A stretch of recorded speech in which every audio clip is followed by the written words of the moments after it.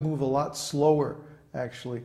The stage of nishta and ruchi and asakti, these may take 30 or 40 years for a person to go through, or even a whole lifetime, depending on how fast they're moving. Whereas I've seen people go through from shraddha up through bhajana kriya in 3 months. So it depends on what stage we're at, how fast we're moving, how determined we are, and how much mercy we've got. Is there another question? The Gayatri mantra, is it considered Vaidhi-bhakti? Yes. Yeah, it's Vaidhi-bhakti, but the Gayatri mantra, in our lineage, we have 7 Gayatri mantras.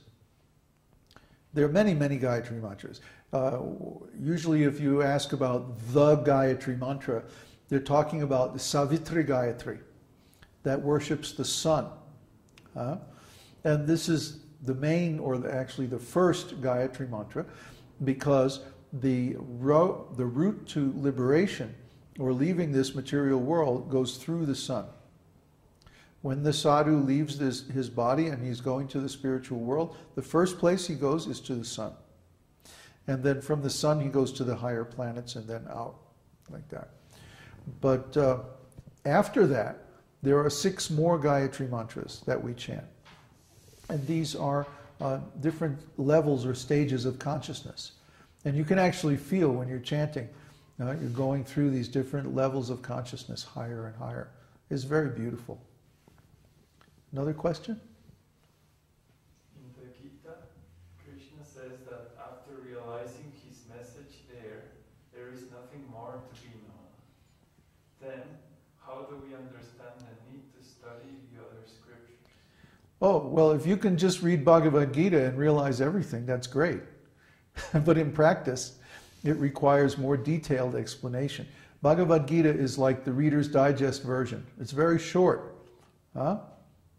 It's only, 537 shlokas or something like that. So it's a summary. It's called Gita-upanishad because it summarizes all the topics of the Upanishads, 108 Upanishads. So if you can learn something just by a summary, that means you're very intelligent. But most of us aren't that intelligent. We require a more detailed explanation. Srimad Bhagavatam is that explanation.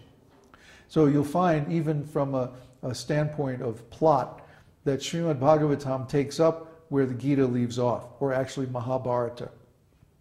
Srimad Bhagavatam begins after the war of Kurukshetra, when the sages gathered together to hear and discuss Srimad Bhagavatam. And it begins with a little recapitulation of the history between the Kurukshetra battle and the present time, when the Srimad Bhagavatam was recited in the forest of Naimisharanya by Sutta Goswami. And that was about maybe 50 years into Kali Yuga that sacrifice began. So then it proceeds to re-examine all the points that are raised in Bhagavad Gita and explain them in much more detail. So maybe there are 500 and something shlokas in Bhagavad Gita, but there are 18,000 shlokas in Srimad Bhagavatam. So it gives much more detailed discussion. And the same topics come up for discussion again and again and again in the different cantos. And each time they're presented at a higher level of realization, until finally you get to the 11th canto and the Uddhava Gita. Yeah, Uddhava is going, whew, because it's so high. Krishna is explaining everything in a very, very intense way. The same things that he talks about in Bhagavad Gita, he explains again in Uddhava Gita. But one is preliminary and the other is final. Yeah, so we need the other scriptures, and especially Chaitanya Charitamrita. Oh, without Chaitanya Charitamrita, it would be impossible to understand the 10th canto of Srimad Bhagavatam or the different rasas or any of that. And Lord Chaitanya, instructing Rupa and Sanatana Goswami, he gives the deepest secrets of devotional service, the most confidential teachings that aren't even given in Srimad Bhagavatam. So we need all these scriptures to understand these things and to have authoritative references for the teachings of our lineage. Any other question? Okay. That's it? Okay. So, there's a question? What's that? It is my understanding that the artist illustrations of Bhagavad-gīta and Śrīmad Bhagavatam were done under the direction of Prabhupada. So why are these inaccurate? Why are they inaccurate? Oh, because the artists weren't skilled enough to paint the real thing. Yeah, for example, the painting of Krishna in Bhagavad-gīta, you know, the one where he's playing in front of the lake and he's kind of dancing and he has this really cute expression on his face. That's the most accurate picture of Krishna that I've ever seen.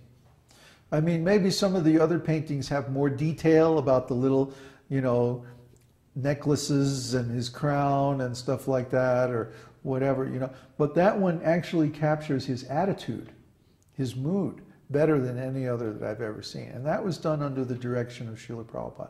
A lot of the paintings in Śrīmad Bhagavatam were done more or less independently by artists who, in many cases, either they were following existing paintings by Indian artists, or they were trying to mix kind of Western academic styles with the subject of Krishna. And a lot of the paintings, I find them very pretentious and not at all accurate in the sense of being a vision of the spiritual world. Because the artists were trying to do something material. They were saying, oh, I can paint in the same style as the old masters. Or, you know, I can paint in some kind of abstract expressionist style or something.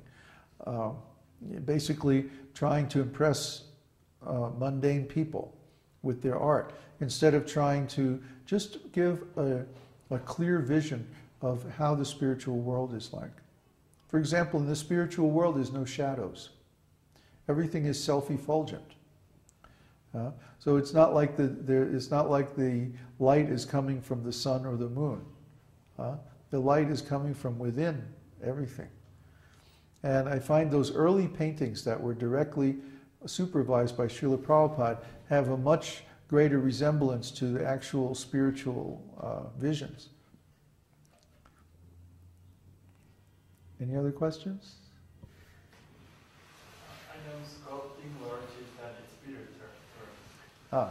Should I keep him bald or add Krishna hair? Do you want to sculpt him while he's a householder or after he takes sannyas? Because when he's a householder, he has long hair. When he's sannyas, he's shaved.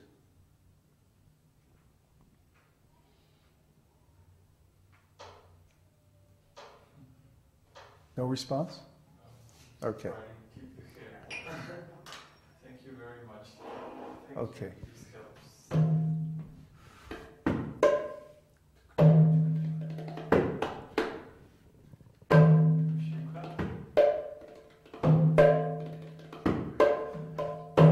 Namaste Narasimhaya.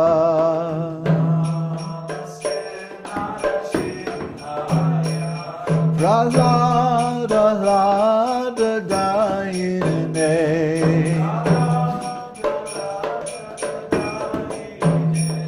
Hiranyakashipu Vakshaha. Slower.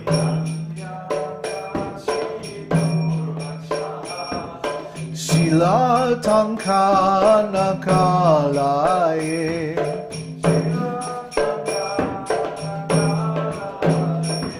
Ito nrishingha parato nrishingha.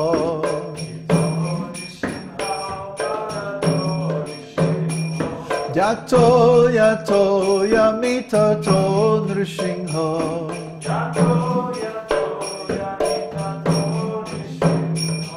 I hear Nrishingha, Hridaye Nrishingha.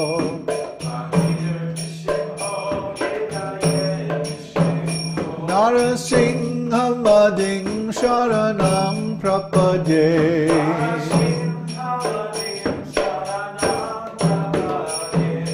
Tava kara kamalavare nakam adbhuta shringam dalita hiranyakashipu tanu bringam keshavadrita narahari rupa jai jagadisha hare jai jagadisha hare jai jagadisha hare tava kara kamalavare